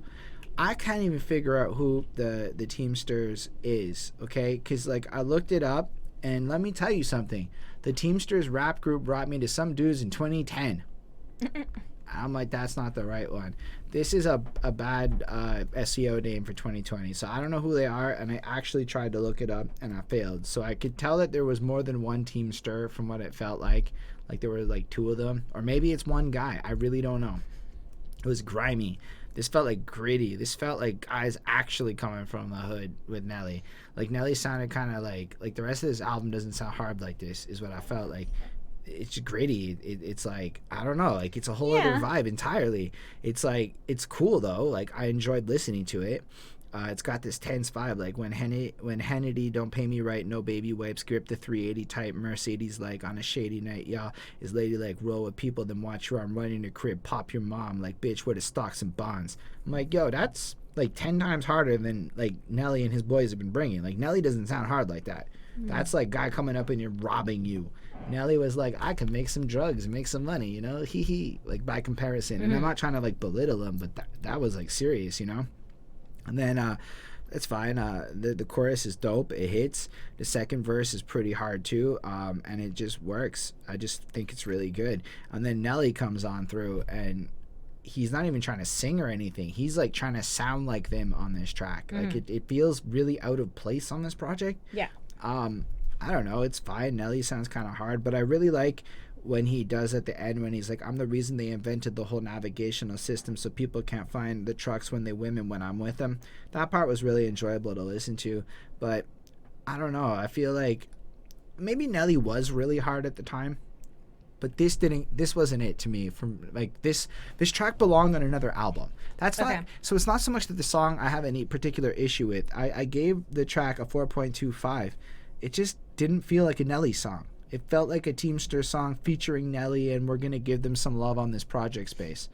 Yeah, maybe like maybe like that was part of my problem with it. I don't know. Like for me, like this one just kind of felt a little bit weird, you know, with like, you know, these other guys that are on it, you know, and they're just kind of talking about like the same sort of, you know, things that have already been touched on a little bit, you know, drugs, girls, living it up, balling.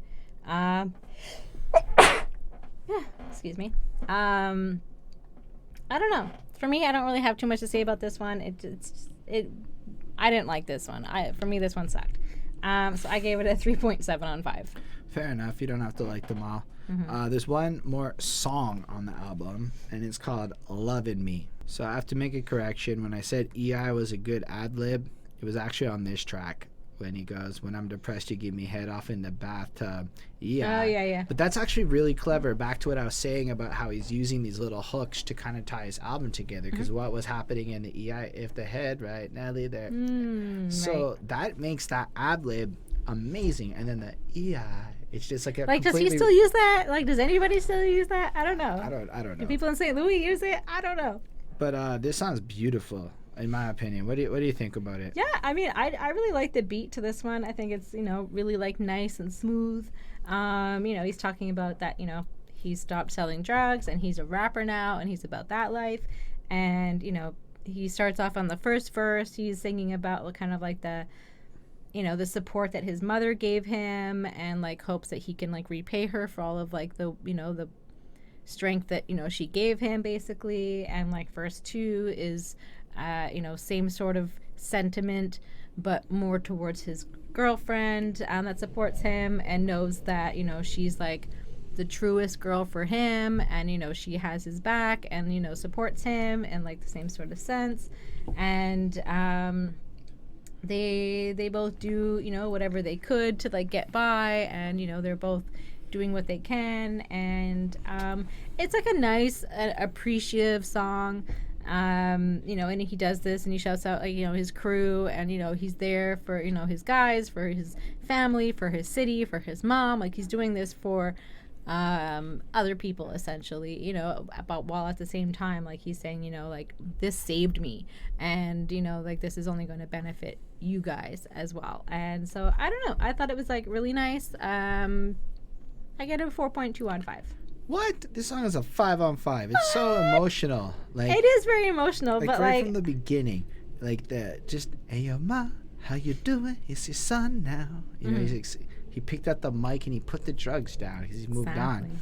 Anyway, and then he just does the whole thing like, I stole money from you and I did all this. You tried to warn me, but yo, we finally flipped it and now you get whatever you want. And I'm like, aw, Nelly, that's some real... Yo, the way he does it, but he employs all the tricks he used to make it. The beat is illustrious and nice, you know? And that, like, sample of Don't Stop Ever Loving Me, it just works to make this a really great chorus. Like, I don't know, maybe it's nostalgia, but this was one of the first songs like this I ever heard. Okay. Ever. And I think it's a really good one. Like, that second verse where it's like to, you know, to the women he loves, and he puts them first. And then to his girl, you know, like, you know, how she's riding with him. And when I'm depressed, you give me head up in the bathtub. Yeah. I don't know. That line just stuck with me. On your P's and Q's, on your Q's and P's, you hear my beeper going off. You just throw me keys. You don't even ask me, yo, is it Coochie or G's? You know, like, you trust me because you know what's up. Yeah. And I think that's also a good point to put through, man. Yo, when you look at Facebook, when you look at single people Facebook in their 30s, these people share phone passwords. These people do a lot of crazy shit. Like, yo, you know how a lot of people got to like 6-year relationships? They never felt the need to go in each other's phones.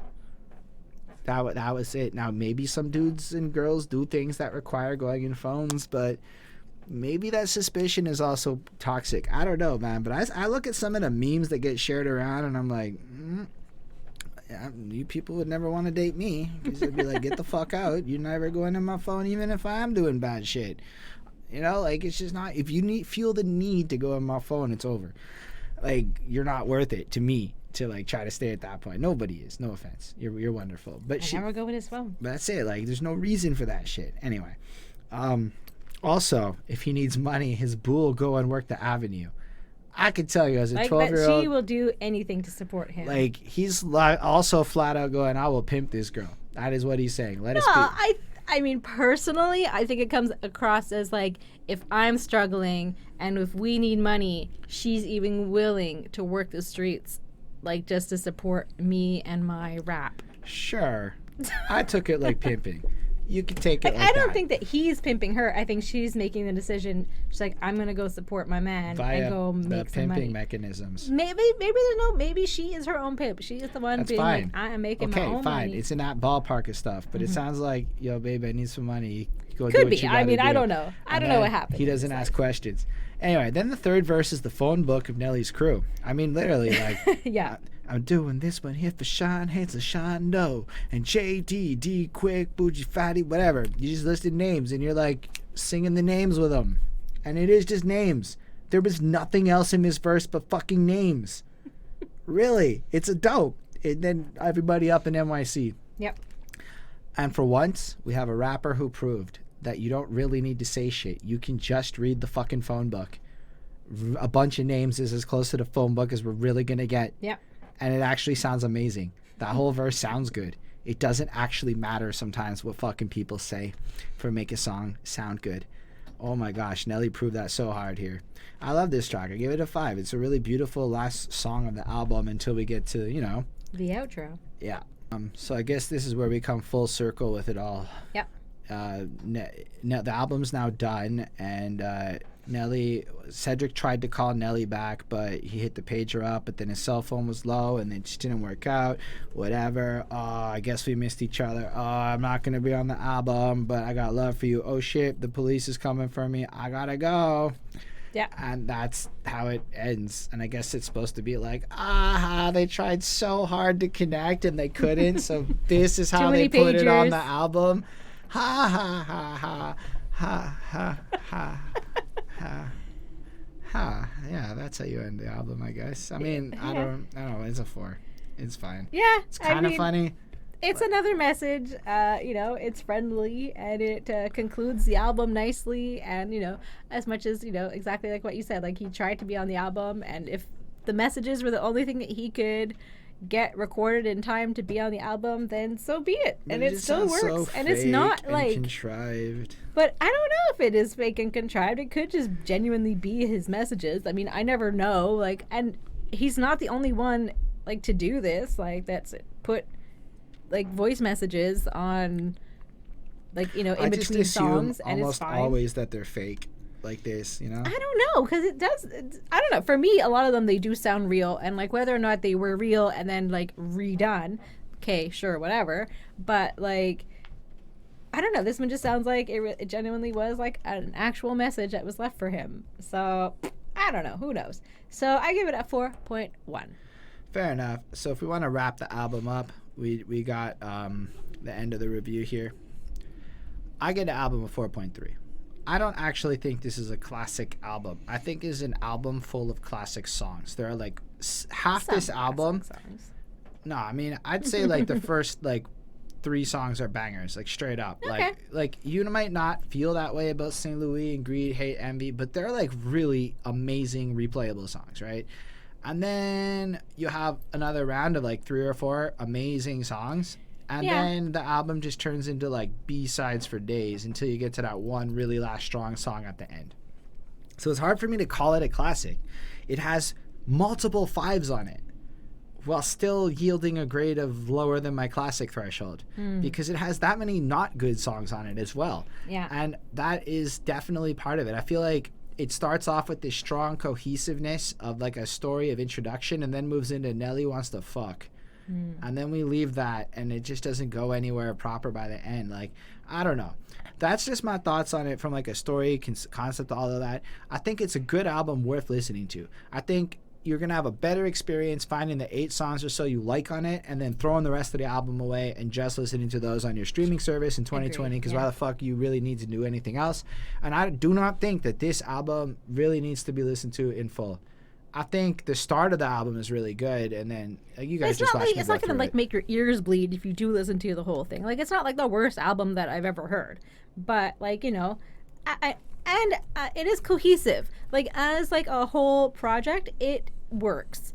And even with like the messages, there's one at the beginning, there's one in the middle, and there's one at the end, so it all kind of ties together. It definitely has like that summer feel. Like if you want to have like a barbecue or have a conversation or something where like people are talking and not necessarily sitting and listening to the music, throw this album on. Like it's not bad.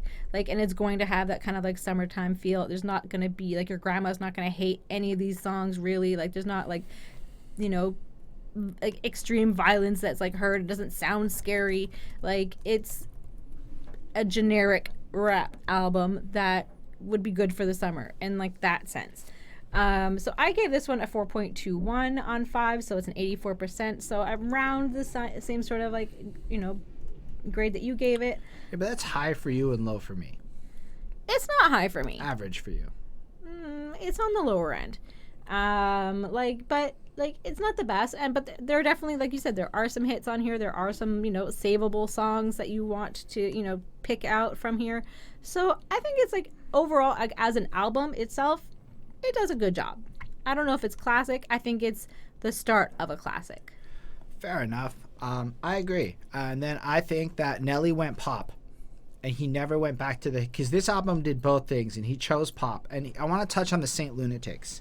They are a big part of why this album didn't do well.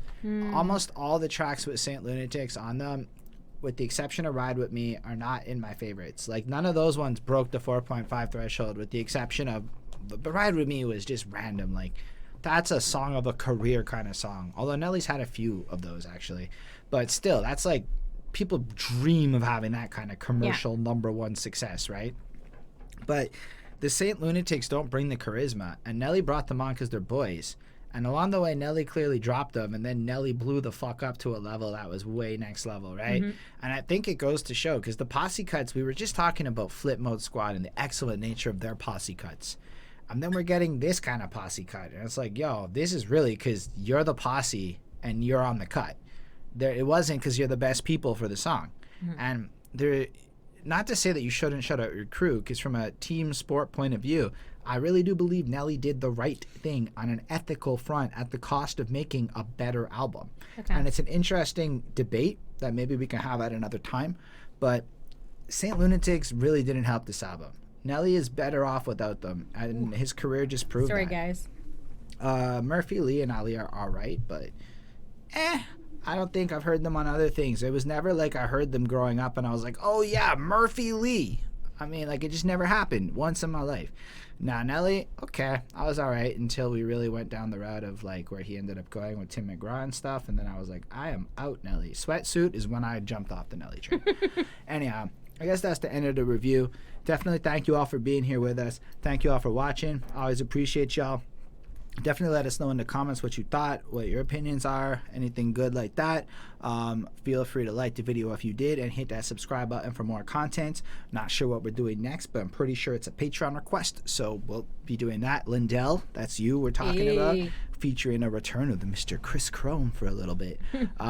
And then we'll be back on it. I think we might have some Aesop Rock in our near future, because that review that we just did for the new Aesop Rock album's getting views, so you know what that means. We do more. Anyway, thank you for real being here. Special thanks to the patrons: Ismail Gadamsi, Chris Prado, Jonathan Barnes, DJ Black Hurricane, Lindell Williamson, Scribble. They're dope. They support what we do. You can also be cool like them and support what we do. Patreon.com/BehindThatSuit. And I also make music, and you can check that out. Links in the description. Find me on all the platforms with my name, Holden Stephan Roy. And that's all there is to this one. Live long and prosper, everyone. Peace, guys.